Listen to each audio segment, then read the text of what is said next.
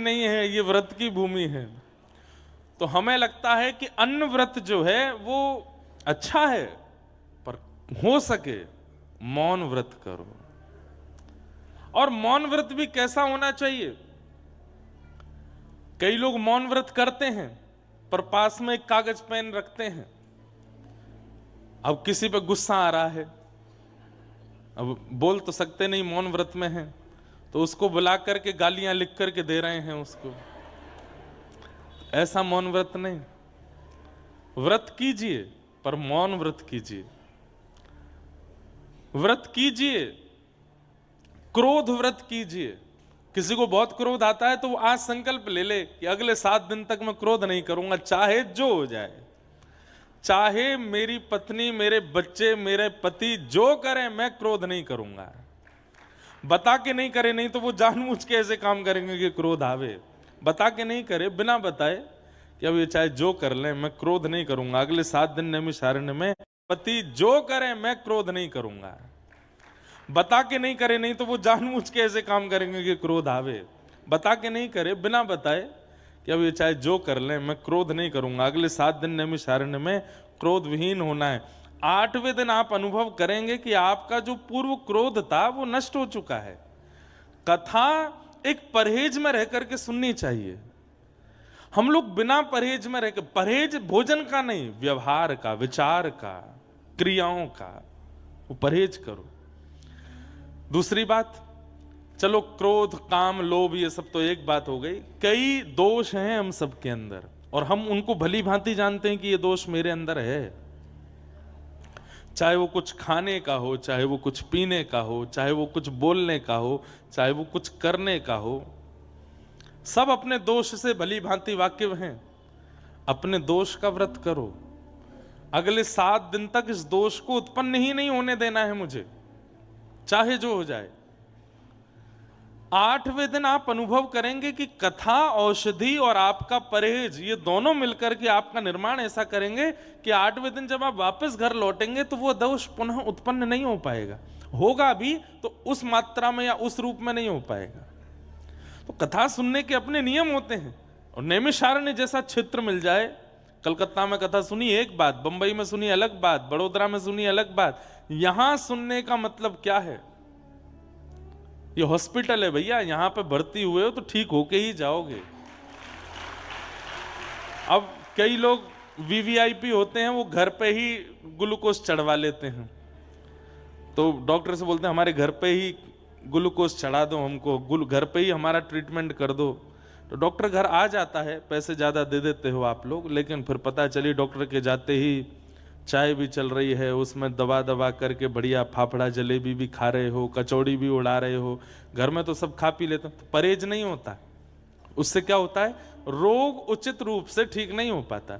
तो ऐसे ही सब जगह कथा सुनने में कई बार जो हमारे मानसिक रोग हैं उनकी निवृत्ति कहीं ना कहीं संशय हो जाता है उसमें। लेकिन ये तो हॉस्पिटल है, यहां एक बार आए गए हो तो ठीक होके ही डिस्चार्ज हो गए सीधे।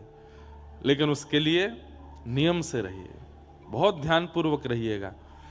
आप लोगों का इतना बढ़िया समय है, सुबह उठ करके बाल भोग करके सीधा कथा में आ जाइए। और कल से एक चीज और, जो लोग यहाँ पर यजमान हैं या जिन लोगों ने यहाँ पर अपना आकर के रजिस्ट्रेशन रूम वगैरह किया है, आप लोग 9 बजे आकर के यहाँ बैठ जाइए। बैठ करके अपना बढ़िया हनुमान चालीसा का पाठ कीजिए, थोड़ा कीर्तन कीजिए, अपना स्थान ग्रहण कर लीजिए, ताकि जो लोग कथा सुनने वैसे ही आ रहे हैं अपने घरों से, उनको भी जगह मिल सके। अब कहीं वो लोग पहले आके बैठ गए तो फिर आप में घमासान होगा, हमने पैसा दिए हैं, हमने रूम कराया है, हमारी जगह पर कैसे बैठ गए। इसलिए आप पहले आके बैठ जाओ ताकि वो लोग भी आकर के अपना स्थान ग्रहण कर लें। मेरा बहुत हृदय से मन है, मैं आप लोगों को नहीं, वास्तव में हनुमान जी को और यहाँ के वृक्ष वल्लरियों को कथा सुनाने आया हूँ। पहली बार नैमिषारण्य आया हूँ। मैं इस अवसर से चूकना नहीं चाहता। सब जगह की कथा का अपना एक रूप होता है, यहाँ मैं मूल कथा ज्यादा कहना चाहता हूँ। श्रीमद् भागवत के मूल विषयों पर ज्यादा मैं प्रकाश डालना चाहता हूँ, क्योंकि ये कथा की भूमि है। यहाँ कथा से मेरी वाणी पवित्र होगी, इसलिए आप सब लोग उसमें सहायक बनिएगा।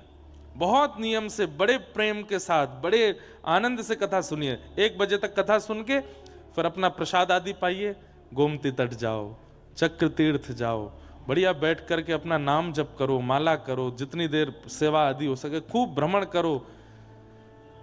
ये नैमिषारण्य क्षेत्र में आप सब लाभ लीजिए, भक्त भगवान के मिलन की भूमि। इसी नैमिषारण्य क्षेत्र में प्रभु श्री राम ने अब अश्वमेध यज्ञ किया, और उस अश्वमेध यज्ञ में लव कुश ने आकर के अपने पिता को प्राप्त किया।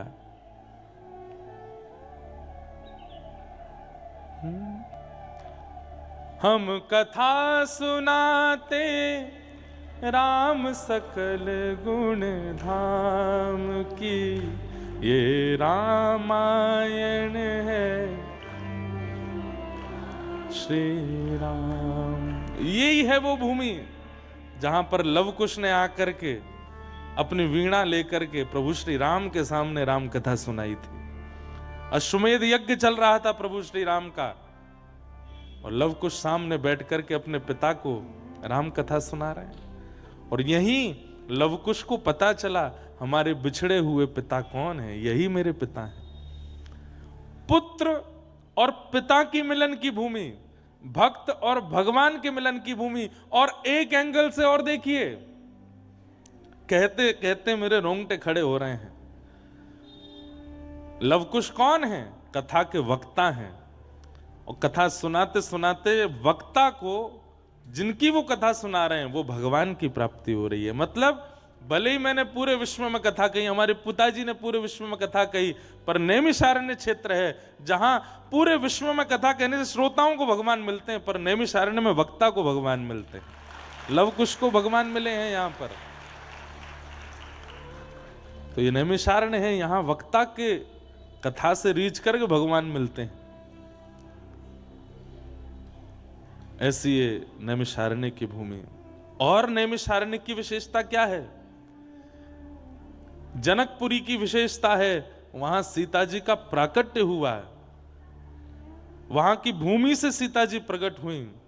नैमिषारण्य की विशेषता है, यहां सीता जी समाहित हुई, यहीं पर ही पृथ्वी में प्रवेश हुई हैं श्री सिया जी।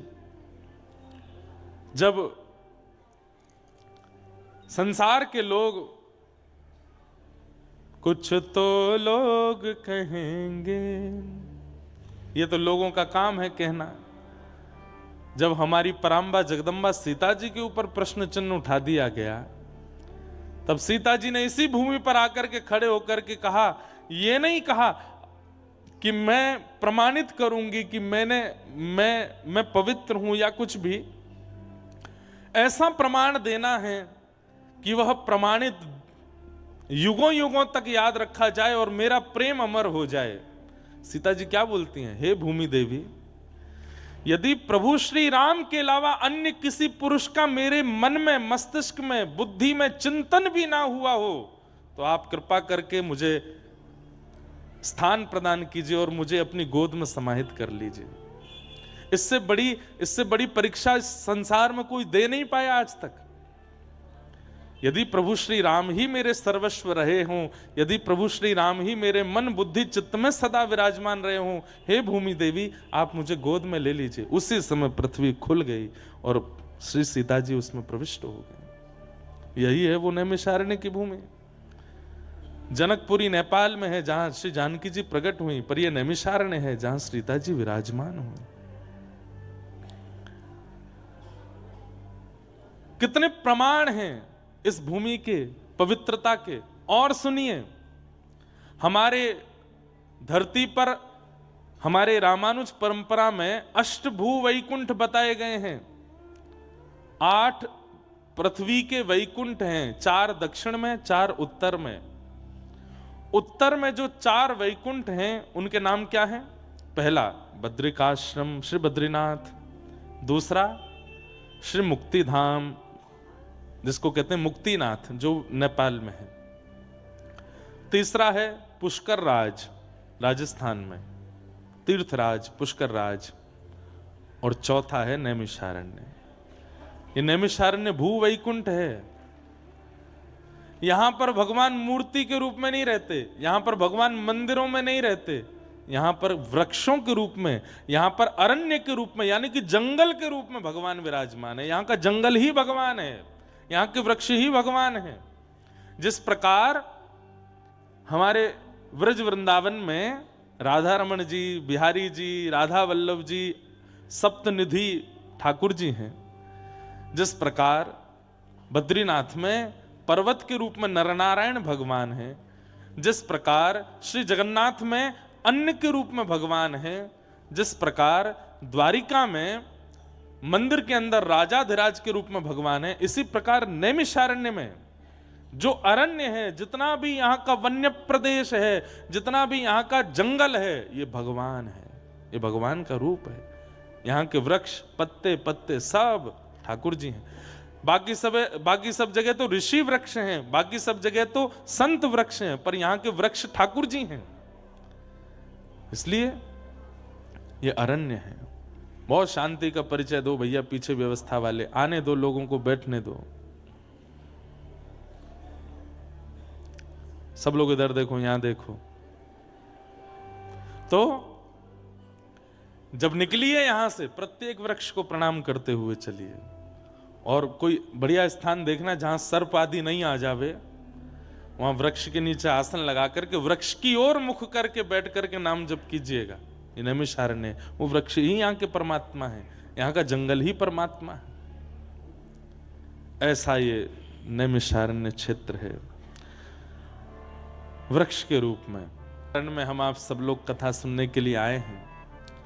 नैमिषे अनमिष क्षेत्रे ऋषयः सौनकादयः, 88,000 सौनकादि ऋषियों ने ब्रह्मा जी से जाकर के पूछा कि इस पूरे धरातल पर ऐसी कौन सी भूमि है जहां पर बैठ करके हम यज्ञ करें मानव के कल्याण के लिए और वो यज्ञ सफल हो जाए। तब ब्रह्मा जी ने कहा, मैं चक्र छोड़ता हूं, इस चक्र की नोक जिस अरण्य में जाकर के, अरण्य कहते हैं जंगल को, जिस अरण्य में जाकर के गिरेगी, मेरे चक्र की निमी जिस अरण्य में जाकर के गिरेगी, वही आपके लिए पवित्र स्थान होगा। चक्र आगे चल रहा है, पीछे पीछे 88,000 सोनिकादि ऋषि चल रहे हैं, और वही चक्र पूरे पृथ्वी का चक्र लगाते हुए इसी अरण्य में आकर के गिरा, इसलिए इसको नैमिषारण्य कहते हैं। यहां पर चक्र की निमी गिरी, जो चक्र तीर्थ है। भयंकर से भी भयंकर पाप यदि मानव के हो गए हों और उस पाप का निवारण ना हो रहा हो, चक्र तीर्थ में स्नान करने से वो पाप नष्ट होता है। पर कब?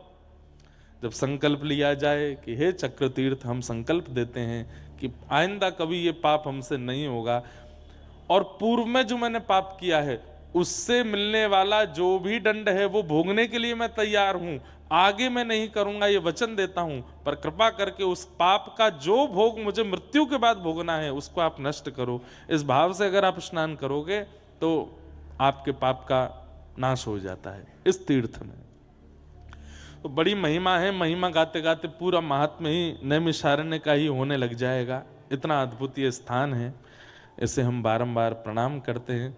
आगामी 7 दिनों तक बड़े आनंद के साथ, बड़े उत्साह के साथ यहाँ कथा का श्रवण करना है, क्योंकि भागवत की भूमि है।